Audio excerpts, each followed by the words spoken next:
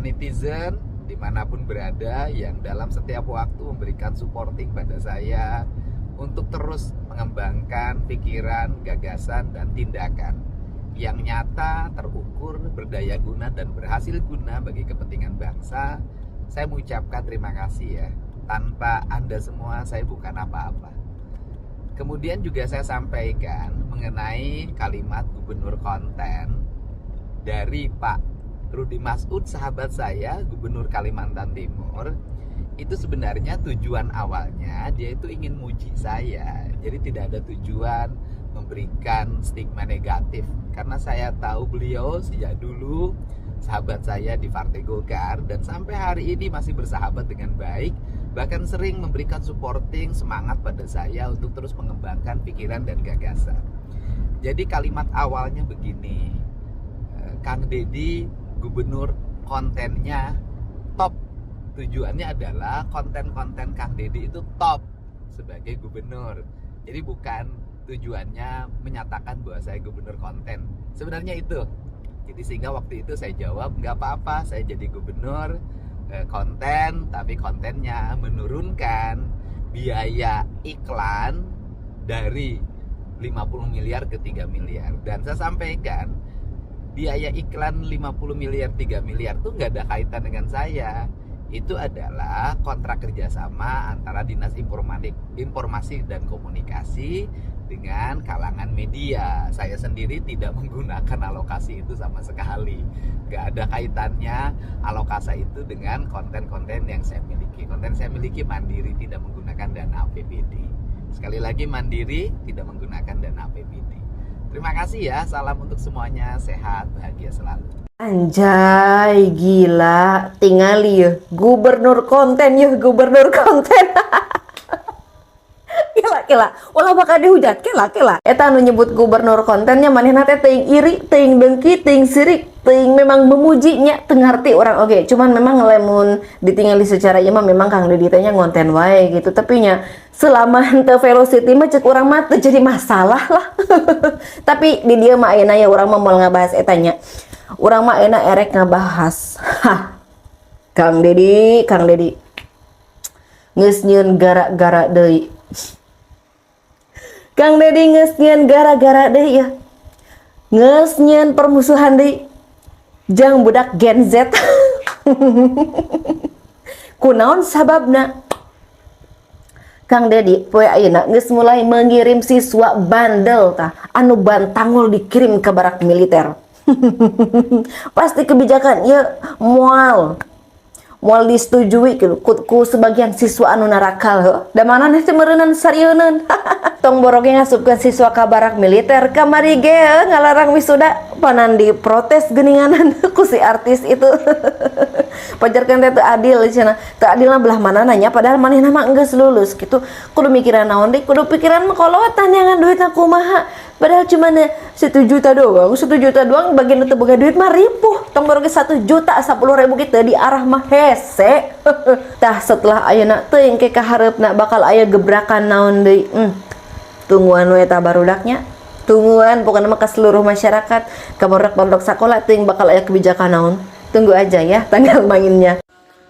Deddy Mulyadi, gubernur konten, tepat sekali. Dan saya setuju dengan statement itu. Tapi bayangkan, andai semua gubernur seperti Pak Deddy Mulyadi dan itu dikontenin, bayangkan kita sebagai masyarakat akhirnya tahu apa yang dia kerjakan. Jadi kita tahu nih, mereka ini ngerjain apa sih, anggaran ini lari kemana. Jadi jelas transparansi seperti apa yang dilakukan Pak Deddy Mulyadi. Itu contoh yang baik. Gimana menurut kalian netizen? Coba komen. Terus lamun gubernur aing, gubernur konten, naon nu salah? Ya, gubernur aing gawena alus, ngurus masyarakat, ngurus lembur nata kotana. Luar biasa, ngabantu masyarakat nyata. Gawena terjun langsung ke lapangan, membuktikan jeung ditarurut. Ayeuna ku bupati wali kota di Jawa Barat, dah yang ngajadikeun Jawa Barat istimewa. Ya, mending kene gubernur aing konten bisa berbagi daripada gubernur anu korupsi. Hampura ah. Aduh dong. Sumpah gue lagi kagum banget sama Kang Deddy, Gubernur Jawa Barat yang buat gebrakan. Gue pikir gimmick doang. Yang dia buat aturan kalau anak sekolah anak-anak bakal dimasukin ke markas TNI untuk dididik. Dan terjadi beneran, anak-anak abis tawuran diciduk dimasukin ke markas TNI untuk dididik selama 6 bulan sampai dengan 1 tahun. Anjir, gue pikir cuma gimmick doang. Ini orang beneran bro, sumpah.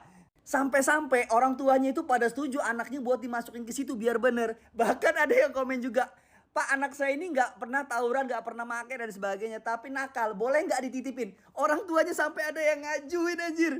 Ditambah lagi dia buat aturan anak sekolah tidak boleh bawa kendaraan bermotor karena belum cukup umur. Dan itu beneran dilakuin dan akhirnya banyak pelajar di Jawa Barat itu yang jalan kaki. Dan sumpah baca komennya, enak kan kalau jalan kaki kayak orang dulu, lu bisa kenal sama orang baru, ngobrol di jalan, bangun lebih pagi. Bro, sumpah gue mungkin bukan orang Jawa Barat, gue orang Lampung ya, tapi gue bangga sama gubernur lu pada. BTW Kang Deddy, itu anak sekolah tuh sebenarnya motornya dibawa tapi ditaruh di warung, ya kan? Karena selama ini kita ngelihat yang begini itu cuma ngomong doang, gimmick doang. Ternyata beneran, karena kemarin ada gubernur dari sebuah provinsi yang bilang kalau Kang Deddy itu cuma buat konten-konten doang dan lain sebagainya. Sedangkan dulu orang yang ngomong ini pernah bilang kita bakal buat provinsi ini seperti Jepang, Cina dan sebagainya, dan buktinya tidak ada perubahan. Buktinya Kang Deddy bisa ngehemat anggaran untuk media sosial Jawa Barat dari 50 miliar jadi 3 miliar. Dan sedangkan yang ngomong itu tidak ada hasilnya. Gimana masyarakatnya? Ini gue baru nemu bahwa ada gubernur ataupun pejabat yang memang melek sama teknologi yang bisa manfaatin media sosial dengan baik, yang bermanfaat langsung ke masyarakat dan memberikan dampak langsung ke masyarakat. Sedangkan pejabat-pejabat yang ngomong ngapain lu buat konten dan sebagainya, mereka tidak bisa memanfaatkan media sosial, teknologi untuk bisa mengembangkan pekerjaan mereka biar masyarakat tahu dan dia juga tahu apa yang dibutuhin masyarakat. Bener atau enggak? Karena menurut gue banyak instansi-instansi atau pejabat yang menurut gue pribadi itu yang kolot dan gak bisa manfaatin teknologi, sumpah. Sekarang Kang Deddy bisa ngehemat 2 sampai dengan 3 miliar untuk daerah Jawa Barat dari segi media sosial. Pertanyaannya, kenapa gubernur lain ataupun pejabat lain tidak melakukan hal yang sama? Yang jelas-jelas itu bermanfaat loh, dan bukti mengurangi 2-3 M itu bisa dialihkan ke masyarakat langsung. Pertanyaannya, apakah pejabat di daerah kalian bisa sehebat Kang Deddy? Jujur gue bangga sama gubernur lu pada. Dan gimana tuh gubernur yang ngomong tukang konten doang? Masyarakatnya coba spill dong.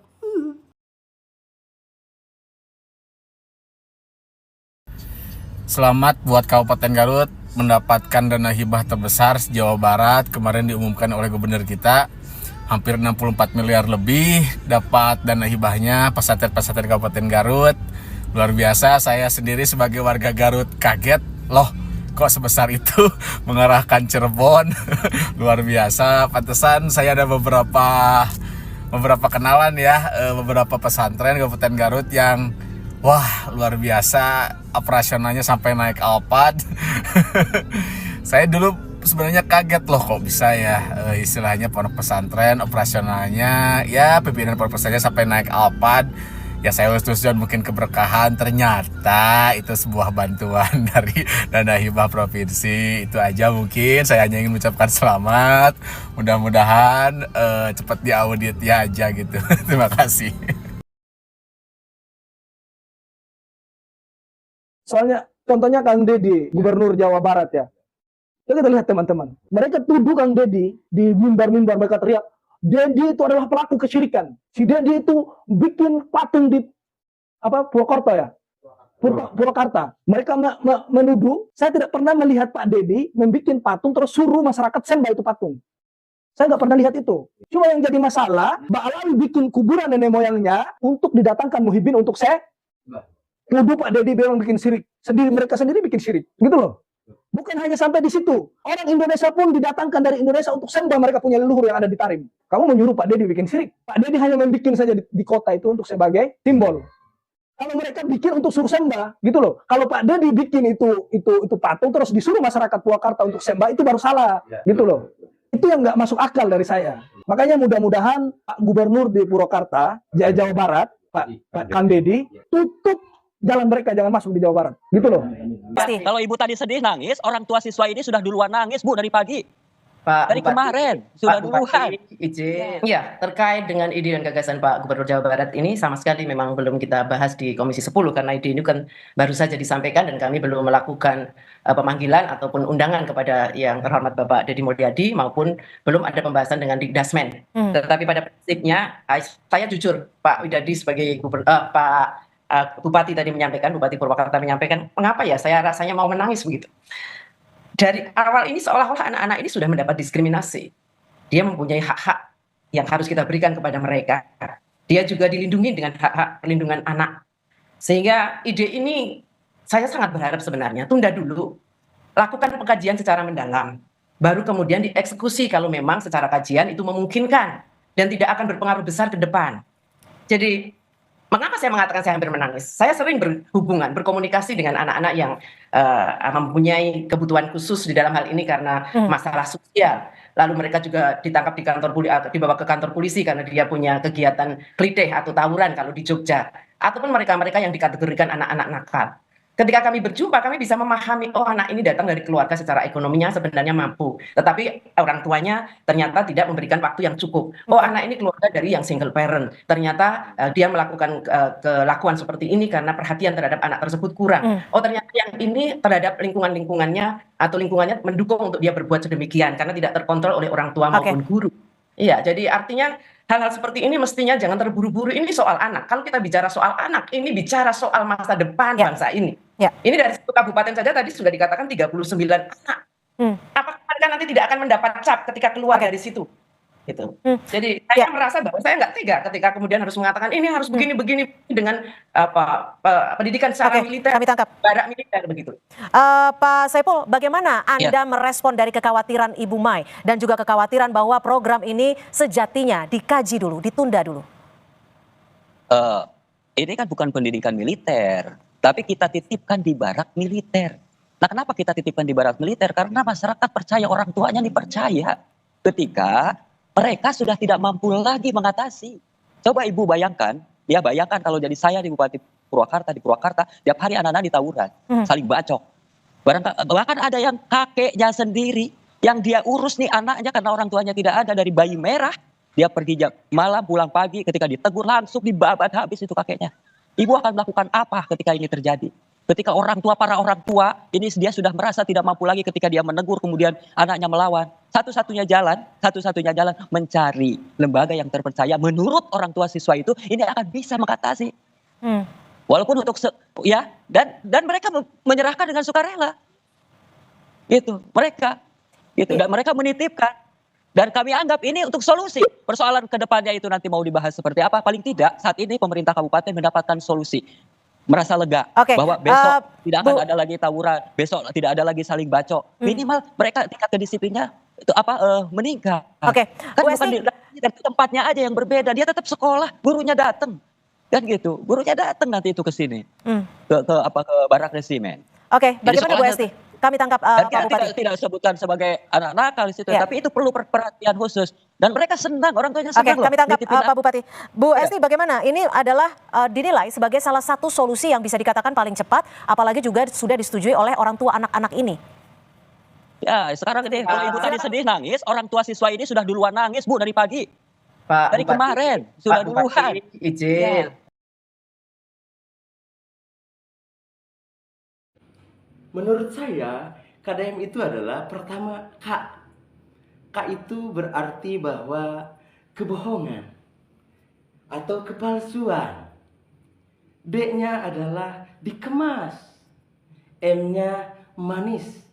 Jadi kepalsuan yang dikemas dengan manis. Yang akhirnya warga Jawa Barat ini semuanya terbuai dengan tontonan yang sangat menarik dan bahkan mengharukan.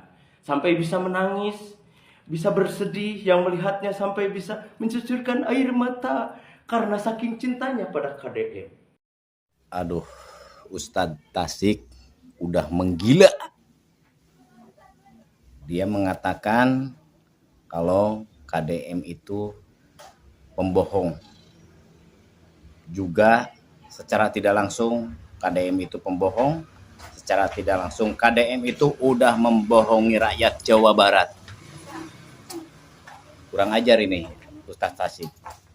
Pokoknya ini Ustadz Tasik harus ditemukan, harus klarifikasi omongan yang singkatan dari KDM itu. Dia mengatakan K-nya kebohongan, D-nya dikemas, M-nya manis. Jadi kebohongan dikemas dengan kemanisan, itu yang harus K. K itu berarti bahwa kebohongan. Assalamualaikum dulur, salam lur. Baraya sakota wargi sanagri. Aduh ihaya wae tinggal geraya ya Ustad cenah ti Tasik. Ustad Gondrong, ya Allah izin atuh ku ka ustadanana, izin atuh ku penampilanana. Nah ieu teh laras Ustad bahasa jeung carita teh. Eta geuleuh kunaon ngewan naon ka Kang Dedi ka Bapak aing.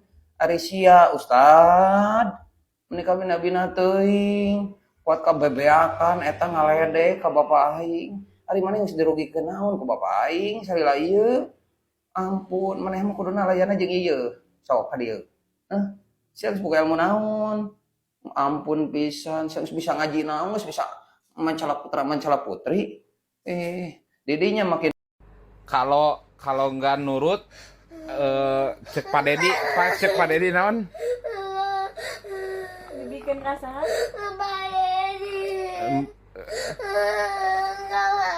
Berarti ke orang tua teh harus apa? Nurut. Kalau nggak nurut? Berarti kudu tidur jam berapa sekarang anak sekolah? Jam 8. Harus nurut ya. Takut? Sok kayak buru tidur ya. Ke sekolah jalan kaki ya. Harus jadi anak soleh, pinter.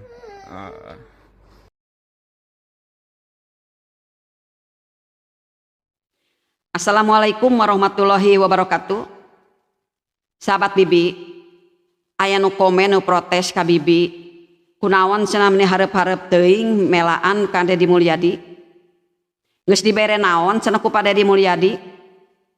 Ejeng Bibi teh nyeun pitike teh yang viral cenah taena diwaler. Bibi can pernah paamprok kieu sareng Pak Dedi Mulyadi. Bibi teh diberena naon ku Pak Dedi Mulyadi.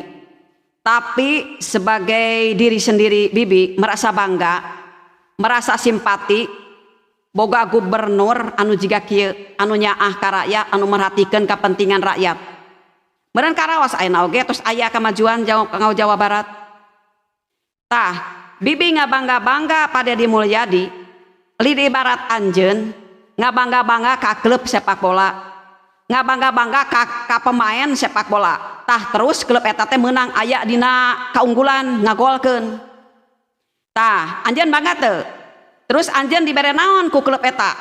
Buruh ngadukung, buruh susurakan. Henteu pan? Tah sarua Bibi pribadi ge kitu. Ngarasa bangga, ngarasa reueus, ngarasa simpati boga gubernur anu saperti kitu. Ejeng barina oge yeuh.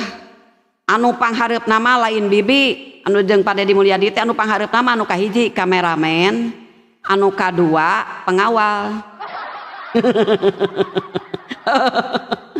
Ajang rek kitu rek ieu ge Bibi pribadi tetep ngadukung kerja keras Pak Dedi Mulyadi untuk Jawa Barat. Pokona mah well, rek kitu rek ieu pokona mah well. Satgas Anti Premanisme adalah merupakan respons kita dari keprihatinan yang ditujukan oleh Gubernur Jawa Barat Bapak Dedi Mulyadi. Di Kota Bandung lebih dari sekedar materi. Memang Pak dangukeun, hei tong ngobrol sorangan. Pak pada ngadangukeun apa pada ngobrol? Pokoknya pada ngobrol ka dieu sareng abdi. Mangga. Siap hadir sok. Ya, dengarkan baik-baik, saya serius. Kota Bandung sanes nu Farhan. Kota Bandung sarerea. Moal abdi mah moal ngajago tumbuh menjadi kota yang manusiawi dan beradab. Anu sopan. Pak, Bapak ngobrol ka dieu.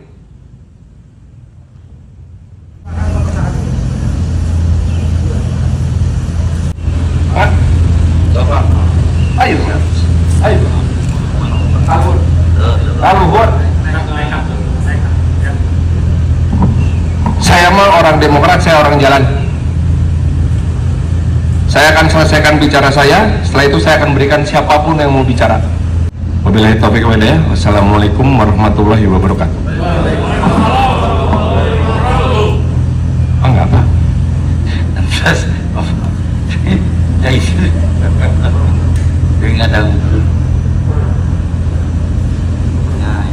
Nuhun kali, tepuk tangan untuk kakak. Semangat.